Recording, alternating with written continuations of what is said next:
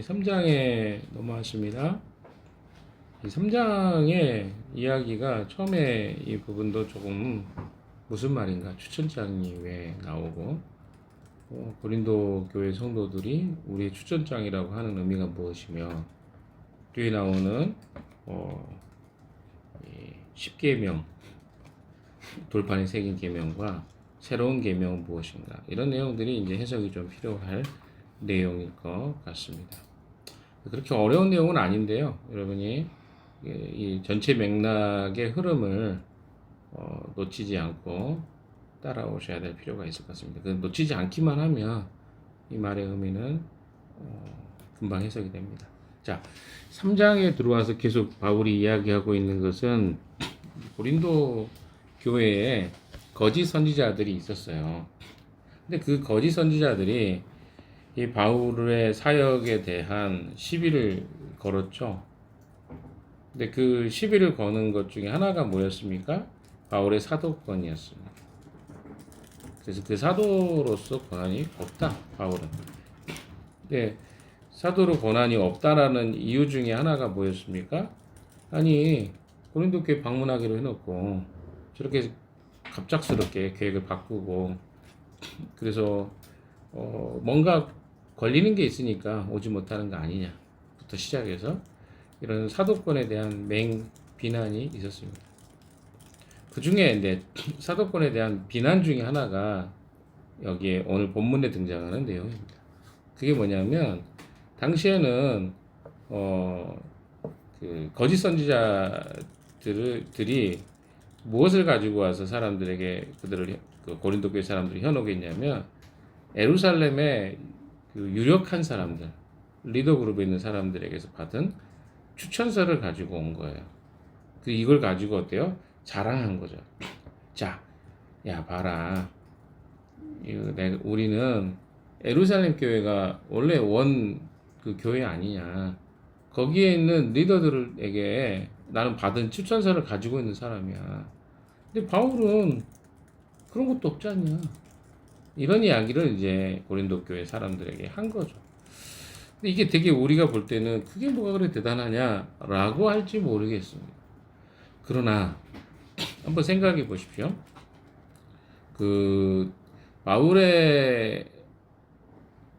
바울은 그런 걸 신경 안 쓴 사람 같아요.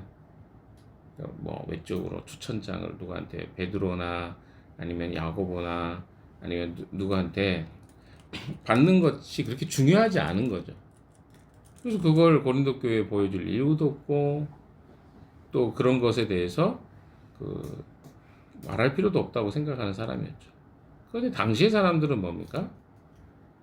그런 것들이 되게 중요한 사람들인 거예요. 그래서 어떻게 해요? 그거 따려고 그거 받으려고 얼마나 애썼겠어요. 아름아름 뭐 식사하다가 저한테 이거 한번 써주십시오. 제가 교회 이렇게 이방의 교회에 가게 됐는데 이런 거 좀 필요할 것 같습니다. 뭐 이렇게 했겠죠. 그래서 그거 써줬어요. 이 사람이 뭐 내가 만나보니까 좋은 사람인 것 같다. 그러니까 이런 추천장을 가지고 온 거죠. 오늘날에 우리 교회들은 어떻습니까? 뭐 어떤 자격증이며 또 어떻습니까? 어디 학교를 졸업했으며 이게 별로 아닌 것 같은데 한국 교회도 거기서 자유할 수 없다고 저는 생각합니다. 왜냐하면 좀 규모가 되는 교회들은요, 그 사람을 청빙하거나 새로운 목회자를 정할 때 뭘부터 보는지 아십니까? 학위부터 봐요. 이 사람이 어디를 졸업한 뭐 확인하기는 어려우니까 졸업장 보여주는 거예요. 그래서 퓨러 신학교, 제가 우리 옛날에 교회 이야기했잖아요. 퓨러 신학교 졸업했어. 그러면 사람들이 이거를 특별히 해외에 사는 교회들은요, 필로 신학교를 한국어로 하는 필로 신학교로 생각하지 않고 영어로 공부했나 보다 이렇게 생각해요. 막상 와보니까 이건 한국어로 필로 신학교 졸업하신 분이었어요. 뭐 이런 나중에 황당해했죠 교회가. 근데 검증할 방법이 없어. 이미 다 임명했으니까. 뭐 이런 거 아무것도 아닌 것 같은데 아직도 큰 교회에서는 전부 다 이 사람이 미국에 신학했냐 어디서 신학했냐 이게 그 사람이 어떤 사람인가를 증명해줘요.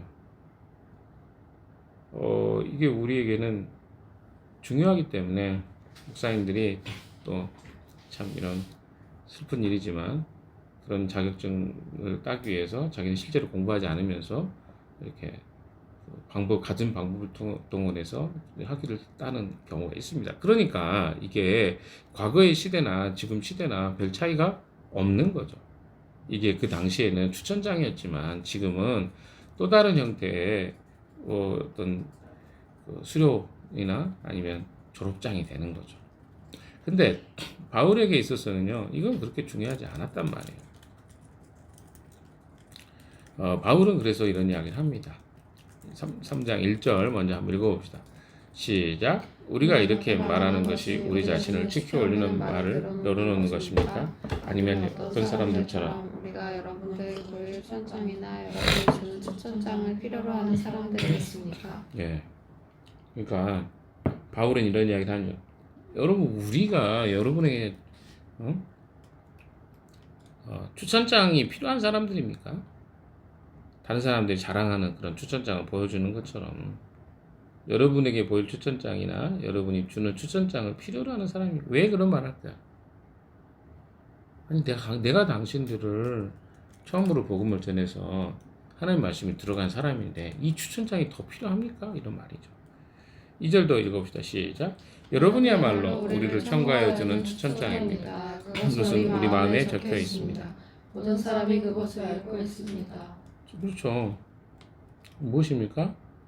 바울은 자기 자신에게 추천장이 필요 없다는 말을 하고 있어요. 왜? 바울의 진짜 추천서는 다름 아닌 복음으로 변화된 고린도 성도들의 삶 아닙니까? 이게 추천장이지. 뭐가 더 필요하겠냐. 근데 고린도 교회의 성향 자체가 그런 지식을 추구하고 뭔가 추천해주고 뭐라고 할까, 코멘데이션 레터라고 하는데 추천장이 이런 어떤 것들이 주어져야 뭔가 권위가 있을 것 같고 이런 시대인 거예요. 근데 바울에게는 그런 게 어떻게 보면 억울하다고 표현은 그렇고 좀 답답한 거죠. 그게 뭐가 그렇게 중요합니까? 여러분이 내 진짜 증거인데, 추천장인데 3절도 보시면요, 여러분 분명히 그리스도께서 쓰신 편지입니다. 우리는 그것을 작성하는데 봉사했습니다. 이거 또 시적 표현에서 나오죠. 그러니까 바울은 추천장에 대한 이야기를 하면서요, 여러분이 그리스도의 편지입니다. 우리가 우리는 그리스도의 편지라는 그런 표현들을 찬양에서도 있고 그런 거 표현 쓰잖아요. 근데 여기 보면 그런 거, 우리가 그리스도의 편지다. 그런데 우리는 그것을 작성하는데 봉사, 그리스도가 쓰시는데 그걸 돕는 일을 한 것이 우리다 라고 이야기합니다. 그것은 먹물로 쓴 것이 아니라, 보통 편지는 먹물로 쓰죠. 근데 먹물로 쓴 것이 아니라 살아계신 하나님의 영으로 쓴 것이다. 이것은 어디서 영감을 받냐면 뒤에 나오지만 돌판에 쓴 것이 아니라, 그러니까 비교하죠. 과거에 십계명은 돌판에 하나님이 직접 글을 새기셨어요. 유일하게 하나님이 직접 그 내용을 작성하신 게 십계명입니다. 근데 바울은 뭐라고 표현하냐면 고린도 성도들이 그리스도의 편지다. 근데 우리는 그 일을 봉사하는 사람이었다. 그리스도께서 편지를 쓰시는 것에. 그런데 이것은 먹물로 쓴 편지가 아니라 하나님의 영으로 쓴 편지였다. 어디에다가? 너희들의 가슴에. 이렇게 시적 표현으로 쓰고 있습니다. 굉장히 의미가 있죠. 무슨 추천장이 더 필요하겠냐. 너희가 편지인데, 그리스도가 직접 쓰셨고 우리는 그걸 봉사했던 사람인데 거기에 너희들이 속아 넘어가? 말이 되니? 이런 이야기겠죠. 그래서 돌판에 쓴 것이 아니라 가슴판에 쓴, 하나님의 영으로 가슴판에 새겨진 편지라 이렇게 이야기하고 있죠. 4절 같이 읽어봅시다. 시작. 우리는 그리스도로 말미암아 하나님께 확신을 가지고 있으므로 이런 말을 합니다. 자, 바울은 이런 표현을 씁니다. 그리스도로 말미암아 하나님께 확신을 가지고 있으므로 이런 말을 하는 것이다. 그러니까 지금 그들은 누군가의 청거로 의한 누군가에 의해서 그 자기들이 어떤 존재라는 것을 증명하려고 하는 사람들이라면 우리는 그리스도로 말미암아 예수 이 복음의 창시자이신 예수 그리스도로 말미암아 하나님께 확신을 가지고 있기 때문에 이런 말을 하는 거다. 차원이 다른 이야기라는 거죠. 참 여러분 좀 이런 생각이 안 듭니까? 너무 어리석다. 그리고 너무 좀 뻔한 상황인데도 불구하고 그런 내용들이 상식적으로 먹히지 않는 이 고린도 교회 상황 여러분 어떻게 보이십니까? 답답하겠죠. 그리고 멀리 떨어져 있잖아요. 바울은 이런 것들이 참 쉽지 않은 그 마음의 상태였을 것 같습니다. 그러나 바울이 이렇게 확신할 수 있었던 것은 자기가 어떤 사역자고 어떤 사역을 했고 하는 것들이 너무나 명확했기 때문에 그렇죠. 그리스도의 삶은 뭡니까? 예수 그리스도가 우리 안에 관계 맺었으면요, 우리는 압니다. 뭘 알까요? 무엇이 옳은 삶의 방식이고 무엇이 잘못된 것인지를 진짜 압니다. 그러니까 그리스도와 제대로 관계 맺은 자들은 엉뚱한 소리에 귀 기울이지 않죠. 요한복음 10장에도 보면 예수님이 우리의 목자이시고 우리 양이잖아요. 그럼 어때요? 양은 목자의 음성을 들을 수 있습니다. 그 만약에 누가 이리떼가 와가지고 양을 물어가고 훔쳐가려고 할 때 흉내를 낼 거 아닙니까? 이리 나와라. 근데 그걸 속아. 그럼 그 사람들이 진짜 예수님의 양이겠냐고요. 이런 이야기가 이제 사실은 우리가 해석이 될 수 있겠죠. 여러분 안에 정말 그리스도와 관계 맺지 않잖아요. 그럼 속을 수 있어요. 엉뚱한 말에 진짜 이 내용에 대해서 그리스도에 대해서 알고 있는데 어떻게 그리스도가 아닌 잘못된 내용을 가르쳐줘요? 거기에 속을 수 있냐? 우리 한국교회 이단에 굉장히 취약합니다. 근데 취약할 수밖에 없는 이유가 있어요. 왜 취약할까요? 신천지가 와서 JMS가 와서 통일교 와서 또 하나님의 교회라는 이런 이단들이 엄청 많아요. 여호와중인데. 근데 그 사람들에게 대부분이 타깃이 뭐냐면 크리스천들이에요. 우리가 소위 말하는 그리스도인들이에요. 아예 신천지 같은 게 교회 다닌 사람들만 접촉하잖아요. 왜 그럴까요? 어설프게 우리가 복음에 대한 이해를 가지고 있기 때문에 그래요. 그러니까 진짜 복음을 우리가 이해하고 있잖아요. 그럼 어때요? 거기에서 안 넘어가죠. 아니 우리가 하나님 나라의 복음에 대한 이해가 분명한데 예수님이 어떤 분인지 아는데 삼위일체 대신 예수에 대한 이해를 갖고 있는데 예수가 하나님이 아니라고 하는 사람들의 말을 듣고 따를 수 있겠어요? 말도 안 되는 이야기죠. 근데 뭐냐면 명확하지 않은 거야. 알고 있는데. 그러면 따를 수 있죠. 모르니까. 똑같은 이야기입니다. 바울의 이 선언은요. 이런 거예요. 너희들이 진짜 하나님이 쓰신 그리스도의 편지다. 하나님이 성령으로 너희 마음에 새겨주신 것이 존재들이다. 그런데 지금 나를 비방하고 교회를 이간질하려고 하는 이 거짓 선지자나 거짓 사도들이 하는 말들이 하는 말은 뭐냐면 자기들이 추천서 받아서 자기들 대단한 사람들이래. 이건 아무것도 아닌 거죠. 진짜 추천서는 뭐냐면 그리스도와 함께 공유했던 시간과 삶과 그들이 함께 했던 하나님과의 영적인 교제, 이게 진짜라는 것이죠. 자, 5절 같이 읽읍시다. 시작. 우리가 이런 일을 할 수 있는 자격이 우리에게 낮다고 생각하지 않습니다. 우리의 자격은 하나님에서. 네, 여기서 동일합니다. 바울의 사역의 열매는요, 그리스도 편지가 된 성도들이었어요. 이것을 바울이 자랑하는 것은 자신의 능력이나 위대함을 뽐내기 위함이 아니었다는 것입니다. 바울은 자신의 무능함을 철저히 인식했어요. 늘 그래서 자기는 죄인 중에 괴수라고 이야기합니다. 이 사역을 가능하게 하신 것은 하나님이시라는 것을 고백하고 있는 거죠. 근데 그들은 무엇을 자랑합니까? 자기 자신이 누구에게 천거받았는지 자랑하고 있는 거예요. 여기에 보면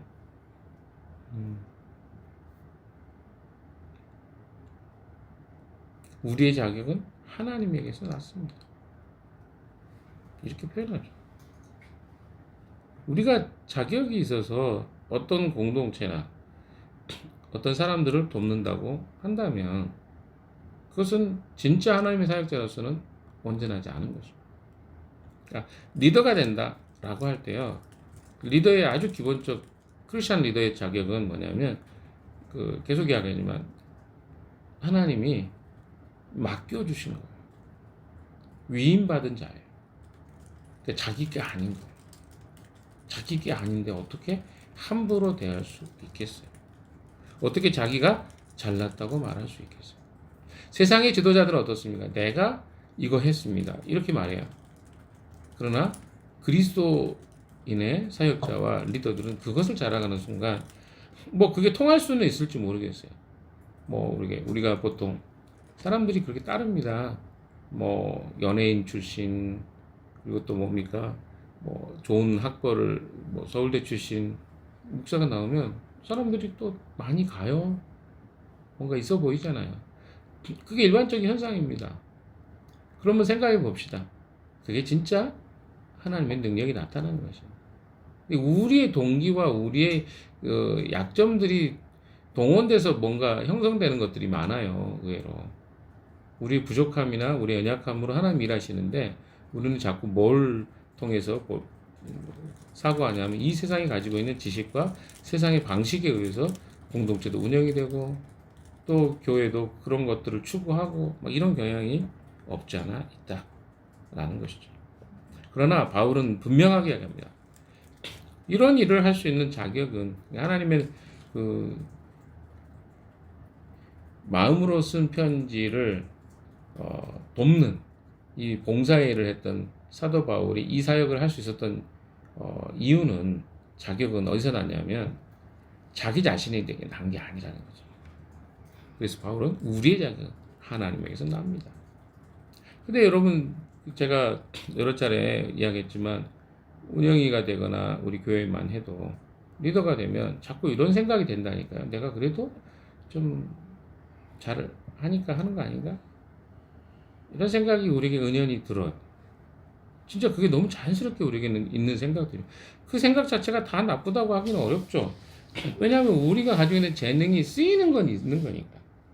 근데 그것이 어떤 권한과 자격이 나의 능력으로만 되어진다고 한다면 그건 그 시작점부터가 조금 문제가 있는 거죠.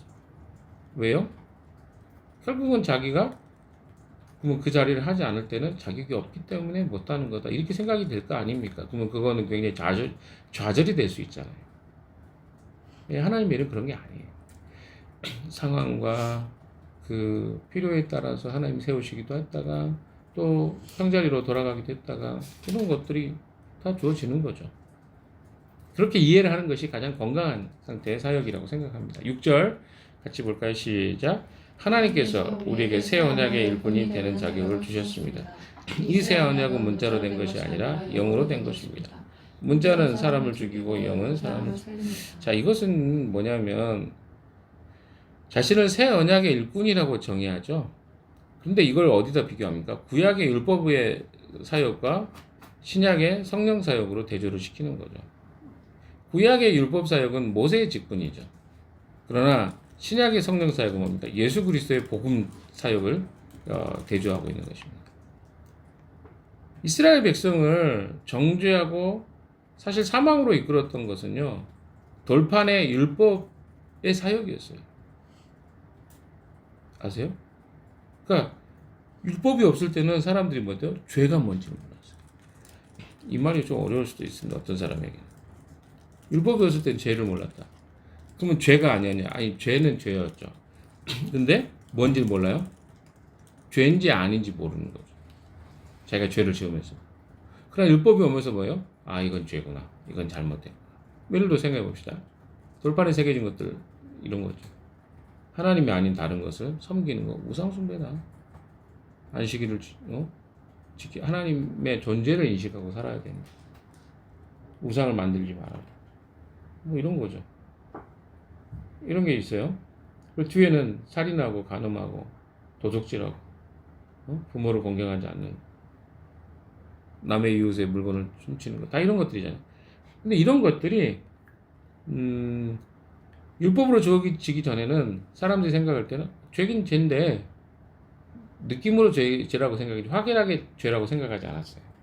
근데 율법이 오니까 어때요? 이거 정말 죄네. 근데 그것 때문에 다 죽었단 말이에요. 근데 바울이 뭐라고 이야기하냐면 7절에 보세요. 돌판에다 문자로 새긴 율법을 선포할 때도 광채가 났습니다. 이 광채는 뭡니까?